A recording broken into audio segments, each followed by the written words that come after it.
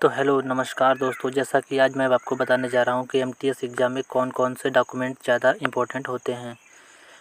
तो समझ लीजिए एंट्री के टाइम आपको क्या-क्या डॉक्यूमेंट इम्पोर्टेंट होते हैं। किसी भी तारीख को एग्ज़ाम हो या किसी भी एग्ज़ाम हो, एमटीएस के लिए ही नहीं, कोई भी एग्ज़ाम हो, ऑल इंडिया यदि आप कोई भी एग्ज़ाम देने जा रहे हैं तो मेन डॉक्यूमेंट आपको क्या रेडी करने चाहिए, मैं आपको बता देता हूँ कि मेन डॉक्यूमेंट क्या होते हैं जो कि आपको हर एग्ज़ाम में काम देंगे, वो मेन डॉक्यूमेंट।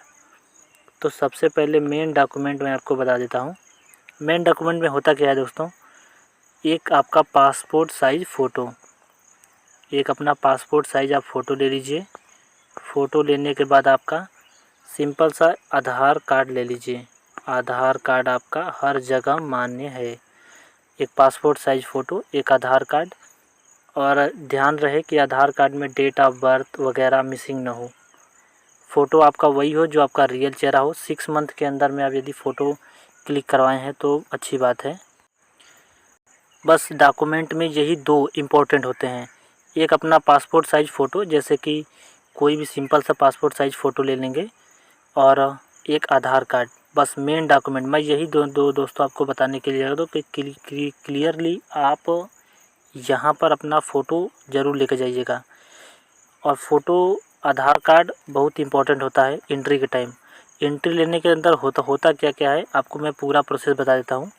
जैसे ही आपने एंट्री ले लिया अंदर एंट्री के बाद आपको सीधे कई सारे प्रोसेस से गुजारा जाएगा। जैसे मैं आपको बता देता हूँ, यदि एक बॉक्स पूरा मैं बना देता हूँ यहाँ पे, और यहाँ पे सारा बिल्डिंग वगैरह मैं यदि दे देता हूँ, तो ये आउटर साइड है, और यहाँ पर एक बिल्डिंग है, और यहाँ पर मेन उसका मकान है कॉलेज का।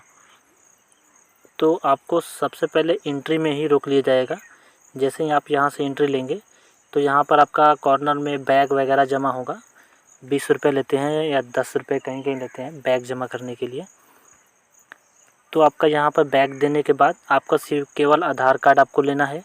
यदि कुछ पैसे लिए हैं तो ठीक है, वो भी बैग में रख सकते हैं, या कभी-कभी जाने भी देते हैं, कभी-कभी एग्ज़ाम में नहीं जाने देते हैं।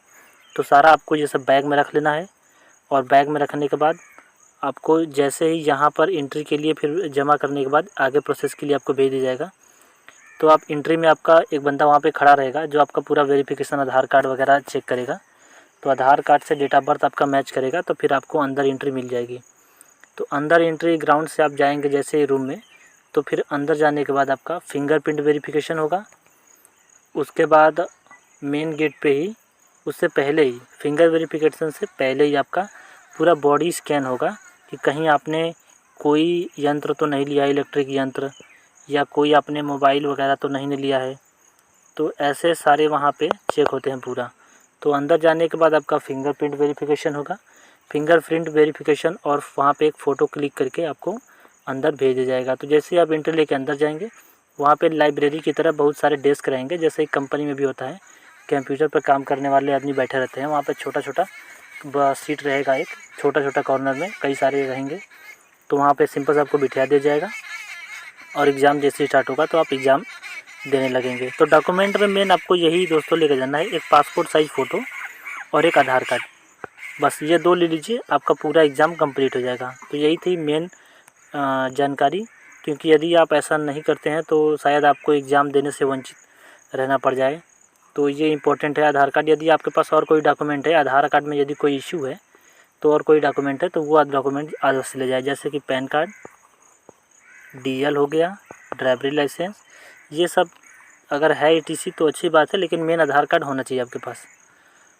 तो मिलते हैं नेक्स्ट वीडियो में नई जानकारी के साथ, तब तक के लिए धन्यवाद।